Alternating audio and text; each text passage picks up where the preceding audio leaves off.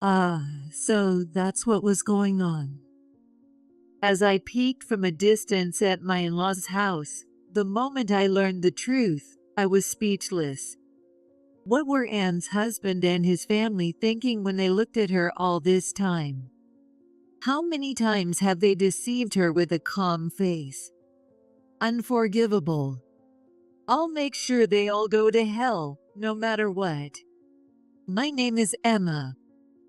I'm 45 years old and was just trying on my outfit for ceremonies and events when I realized I couldn't zip it up around my stomach.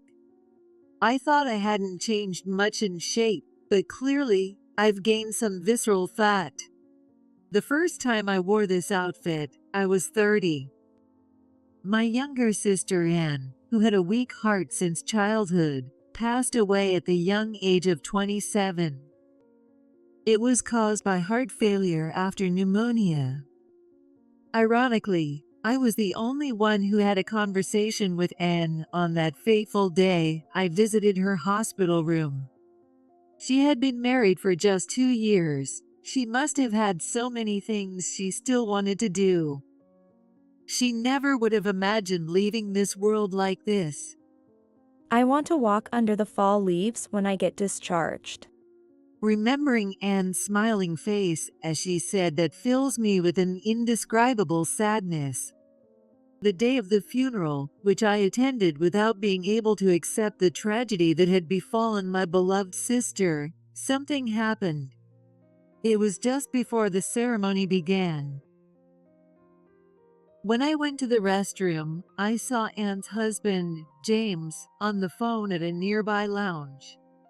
Yeah, after the ceremony, it'll settle down a bit in about a month. Yeah, I guess it's best to keep it low until the first anniversary. I don't usually eavesdrop on people's calls, but I couldn't help but be curious this time. Keep it low until the first anniversary? What's that about? It must be about Dan. From the casual way James spoke, it didn't sound like he was talking to a coworker. All his family were at the ceremony. Who was he talking to? Sorry to keep you waiting. Yeah, I understand. Yeah. No, the kid's fine. No one's caught on. My wife and her family don't have a clue that I have a child. Just relax at our place. What? I was taken aback. Did he just say he has a child? By the way, Anne and James didn't have children.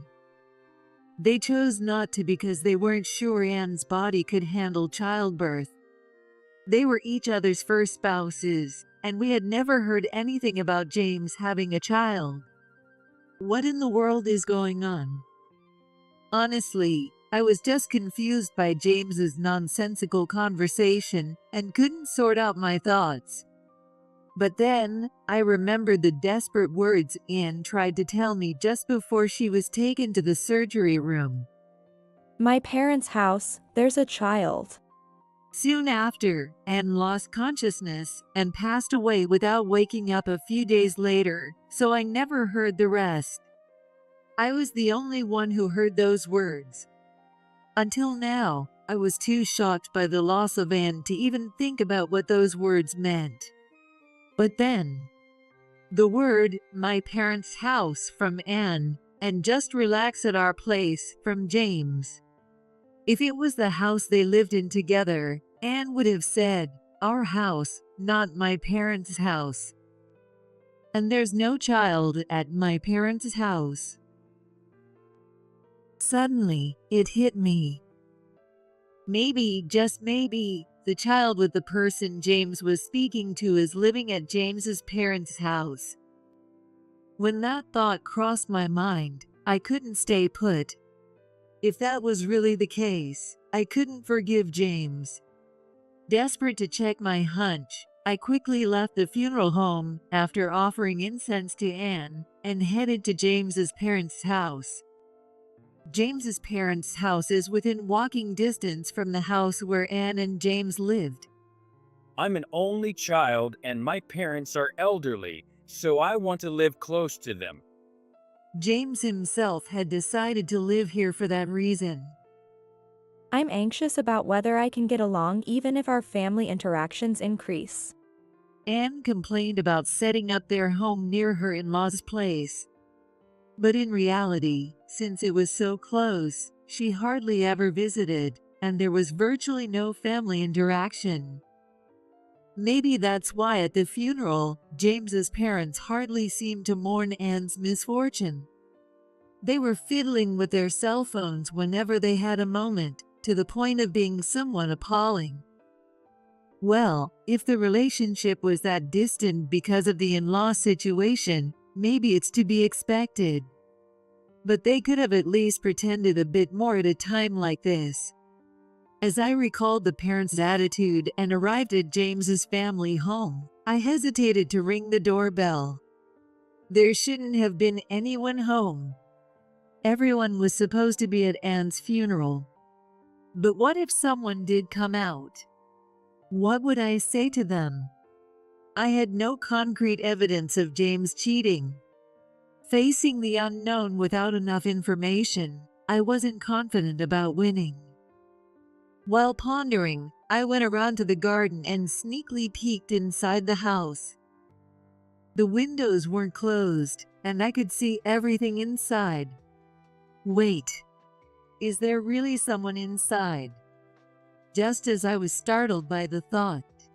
Stop squirming, wait. Hey, don't run around. A child came running out into the garden, followed by a woman I didn't recognize. I quickly hid and watched the two from the shadows. The child's face looked a lot like James. He was still unsteady on his feet. Probably just started walking a few months ago. The woman was about the same age as James. The area around her mouth looked similar to the child's, and she must be the mother. Oh, had James really betrayed Anne? Since when? When did Anne realize this? As the pieces of my suspicions neatly fit together, more and more concerns popped up, and I couldn't clear my head. In fact, I even started to tear up. I will never forgive him. I swore to myself that I would make sure James pays for what he did to Anne on her behalf. Later, I returned to the funeral hall. My sudden departure from the ceremony had raised suspicions among all attendees. I couldn't stay there because of the shock of losing Anne. When I said that, it seemed to convince everyone. It's unlikely they think I went to James's house, but I was relieved that I didn't arouse any strange suspicions from James or his family. The next day, I decided to hire the only detective agency in the area to investigate James. But it turned out that the agency was run by Sarah, a friend of Anne. She had also attended the funeral, so I remembered her well. And Anne had also hired her company to investigate her husband, Sarah told me. After I reported the results of the investigation, Anne's health deteriorated and she passed away. I really shouldn't be breaking confidentiality, but Anne really looked up to you as her sister, so I'm sure she'd forgive me for telling you. With that, Sarah informed me of the circumstances under which Anne had hired the detective agency and the results of the investigation. Once, despite being engaged, Anne and James almost broke up. The reason was James's so-called cold feet. With just half a year left until the wedding, after the marriage registration was complete, he brought it up. I'm not confident I can protect Anne with her weak heart. I want to keep some distance. After much deliberation, Anne agreed to James's request and chose to put some distance between them. I really want to marry Anne after all. About 2 months later, James came back apologizing, and they were able to smoothly proceed and have their wedding. Despite being newlyweds, James worked tirelessly on weekends, aspiring to one day buy a house for Anne, who he had troubled so much. This meant they spent considerably less time together, yet Anne talked about it as if it was a sweet gesture. "It's all good now. I thought it was sweet, but..." In reality, right after their engagement, James had started an affair with a childhood friend, Lisa. He and Lisa had dated before, but broke up over minor disagreements. After meeting and getting engaged to Anne, James still harbored feelings for his old flame. Then, Lisa reached out to him, and sparks reignited.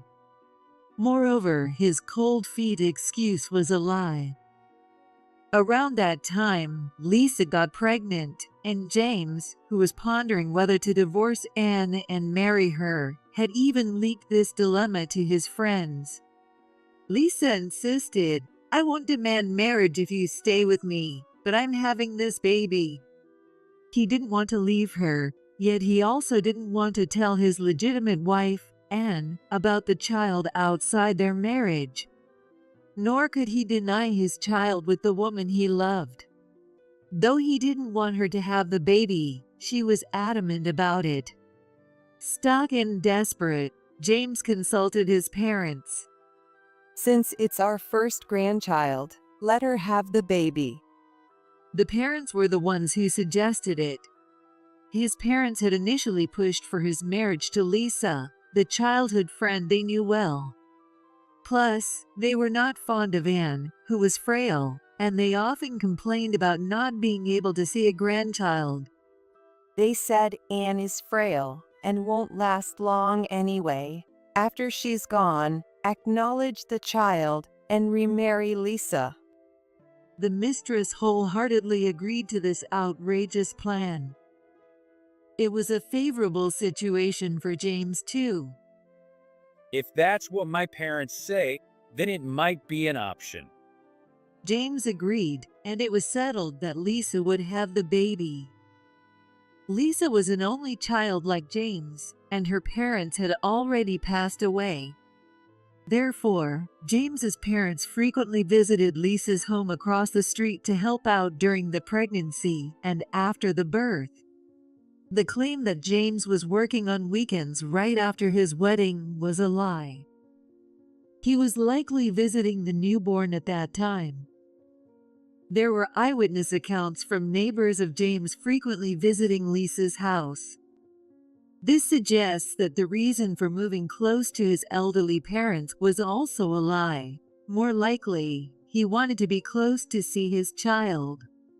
As the child grew, "We want to see our grandchild grow up close," said James' parents, and it seems the child and Lisa spent more time at James's house. That's why they found excuses to keep Anne away from James' parents' home, eventually stopping her visits altogether.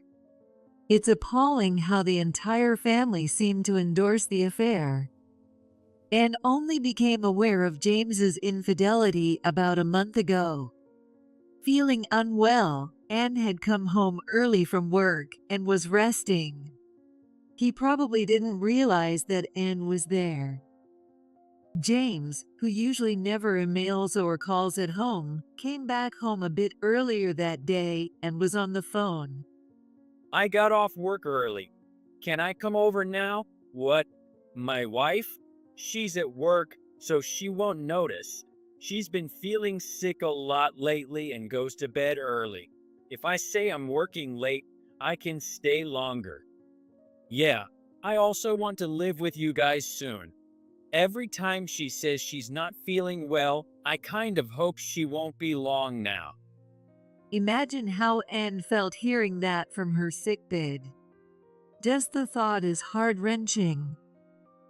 This incident led Anne to realize James's infidelity, and she turned to Sarah's detective agency for help. The investigation results came out, and just when she was about to confront James with a divorce, she collapsed and passed away. Anne must have felt so betrayed. Sarah concluded, looking down. That must be true. I want to avenge Anne. I couldn't stand the thought of her in-laws getting to enjoy their grandchild while James and his mistress remarried as if nothing had happened. However, having just grasped the whole situation, I was unsure what to do next. After some thought, a light bulb went off. "Sarah, are you good with computers?" Leave it to me. She replied with a smile. The next day, I headed to James' family home. When I rang the doorbell, Mary, Anne's mother-in-law, appeared on the monitor and looked surprised to see me. "Oh, Emma, what brings you here?" She exclaimed with a slightly shaky voice. "I have something to discuss with you about Anne's personal belongings. Do you have a moment?" Mary fell silent and then the intercom turned off. Maybe they won't let me in. Feeling a bit anxious, I waited a while longer. Emma, I'm sorry. The place was a mess, so I was just tidying up. Please come in. James appeared. "Oh, James, you're here. Perfect," I said with a smile, which made his expression stiffen. He thinks I don't know about the affair, but his face betrays his guilt. In fact, I had just seen the mistress and child through the window. What he had cleaned up must have been those two. Wonder which room they're hiding in now. As James's parents, and he awkwardly eyed me while ushering me into the room. I took a sip of the tea they offered, and as if reading the room, James asked, What about Anne's belongings? "Oh yes, it's this," I said, placing a photo on the table. Upon seeing the photo, James and his parents froze. "James, who is this?" Oh, no, I don't know her. The photo showed James and a woman embracing in bed. "This was sent to our house the other day. It seems, James, you've been having an affair." Both parents glared at James, who frantically shook his head. Wait, I don't remember this photo. James exclaimed. As he protested, I produced more photos. Each showed James kissing the woman or on a date at a nearby amusement park. People who cheat don't say, "I remember it," do they? I muttered, looking down.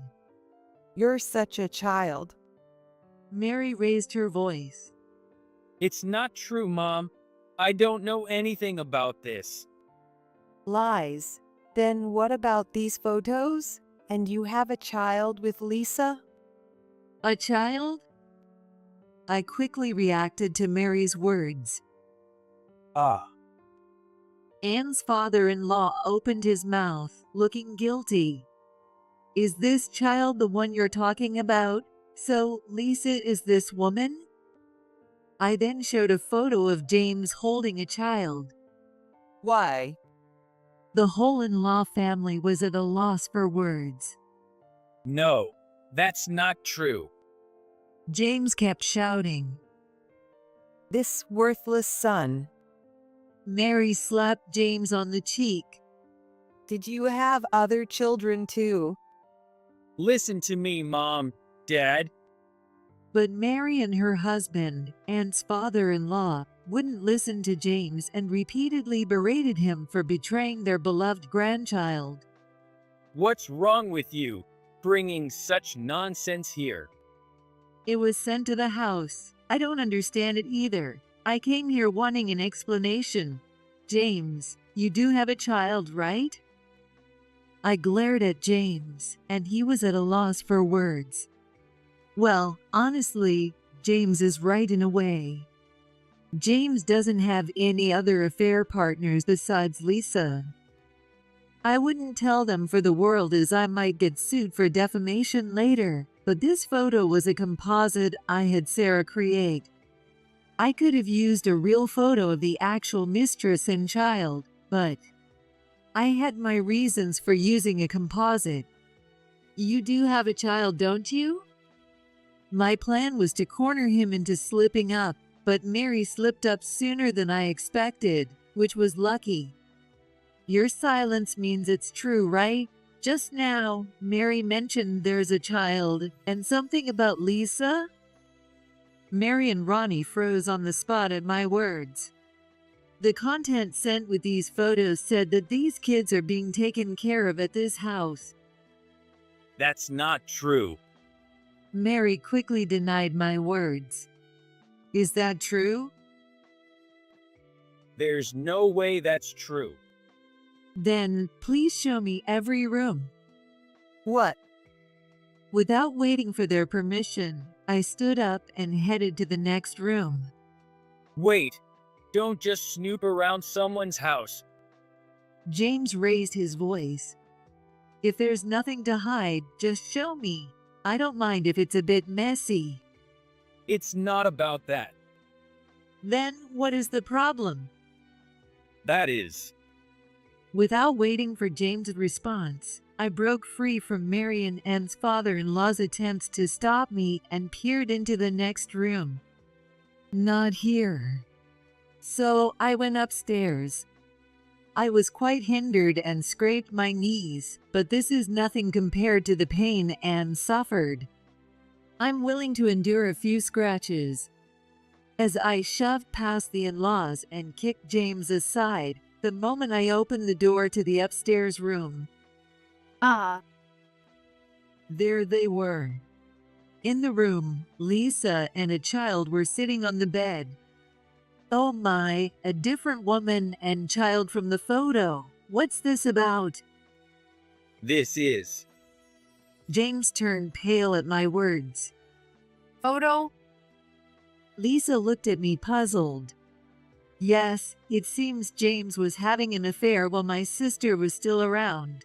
Look, this photo. When I showed Lisa the composite photo, her face quickly twisted in anger, and she crushed the photo in her hand. What is this? You had another woman. No, Lisa, it's not like that. Listen. Lisa was furious, and James turned pale. So, there's another woman, so you are one of James's women too. I chimed in, grateful for the admission. Mary and Anne's father-in-law were at a loss for words in this turbulent scene, holding their heads. Why? You said I was the main one, so it was okay not to get married. I just wanted to have your child and stay by your side, but there were others. It's not like that, Lisa. This is probably some misunderstanding. A look-alike or a composite. Probably. Why can't you say it's definitely not true? I can't trust you anymore. Lisa's distrust peaked when James, flustered, failed to outright deny it after the momentary shock of composite. A man this indecisive isn't worth your trust. Anne's life was also ruined by this man. My stern advice tightened Lisa's face. In truth, Anne's life was ruined by Lisa too. But she must be aware of that given her expression, so there's no need to say it. Right now, I need to act like I'm on Lisa's side to get her to listen to me. Neither the in-law family nor Lisa will find happiness, which aligns with my goal. Right. Lisa muttered. Wait, Lisa. I'm serious about you. James desperately tried to convince Lisa, but I interrupted. You were not serious about Anne, but in front of Lisa, you're all about serious, and even vowed to marry her, right? You really aren't worth believing. Lisa's face clouded over at my words. The fact of the composite photo, and doubts about whether his words to her were sincere, began to set in. Good. If you were serious, you wouldn't be juggling two people from the start. Whatever the reason, you'd stick to one, right? As I emphatically repeated the words, Lisa's face grew increasingly somber. James was as pale as could be. Lisa could feel herself drifting away from him. Let's break up, James. I don't want to be just a convenient woman for you. After seeing that photo, I just can't believe it. I could handle being the second, but I definitely don't want to be the third woman. Please, listen to me. Moved by Lisa's tears, James impulsively grabbed her hand and yelled. However, Lisa shook off his hand. I don't need recognition, just stay out of my life. Saying this, she took her child and left the house. As his parents lost the child and the prospective daughter-in-law, they got depressed. I mentally celebrated with a fist pump. Later, I made James write a notice of termination of family relations, cutting off all ties with our family. Anne's inheritance, which was supposed to go to James, was also successfully waived. My father, a bit intimidating, had heard everything from me and went to yell at the in-law family. I don't want to have anything to do with this house anymore, so waive the inheritance. The in-laws, completely intimidated, persuaded James as well. Well, Anne's estate was meager, but it was good that not even a penny of Anne's went to him. Actually, on the day I brought the photo to James's house, a window happened to be open. Because of that, our loud conversation was clearly audible outside. Together with some revelations from a friend of Lisa who lived nearby, everything that happened at James's house became known around the neighborhood. As a result, rumors spread that that house is full of debauchery. James quit his job and left the area with his parents, as if fleeing. Meanwhile, about 2 months later, Lisa suddenly appeared at my family's home. She came to thank me for opening her eyes and to apologize for the disrespect she had shown to Anne, bringing $50,000 with her. I should appreciate Lisa's feelings, but the pain Anne suffered couldn't be resolved with money. It doesn't seem right for us to forgive someone for something unforgivable just because they gave us money. I appreciate the sentiment, but I don't want money from someone who has done such dirty deeds. We didn't accept any of it. Instead, we had the money donated to a nearby children's home where Anne used to work. What? You think that kind of woman would actually make the donation? Don't worry, I went with her to make sure she really did donate it. Anne would surely be happy with this use of the funds. I hope that the children, who have a future ahead of them, will be happy, also for Anne's sake. Embarrassingly enough, I struggled with sister loss for a while and even suffered mentally. There was a time when it got so bad that I quit my job. But I've gradually recovered, and now I'm working in administration at Sarah's detective agency. Actually, since that incident, Sarah and I have become very close. We both lost someone important in such a horrible way, and I think that created a bond between us. And despite not having a good image of marriage because of what happened to Anne, I married my boyfriend of 4 years last year.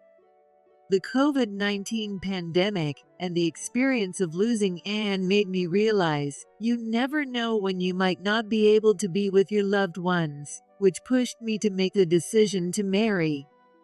I want to live without regrets, making sure I spend as much time as possible with my loved ones. Watch over me, Anne. I'll live a long life, not just for myself but for you too, and when I get there, let me tell you all the fun things and what you didn't know about here. I'm going to keep living life to the fullest. Yeah.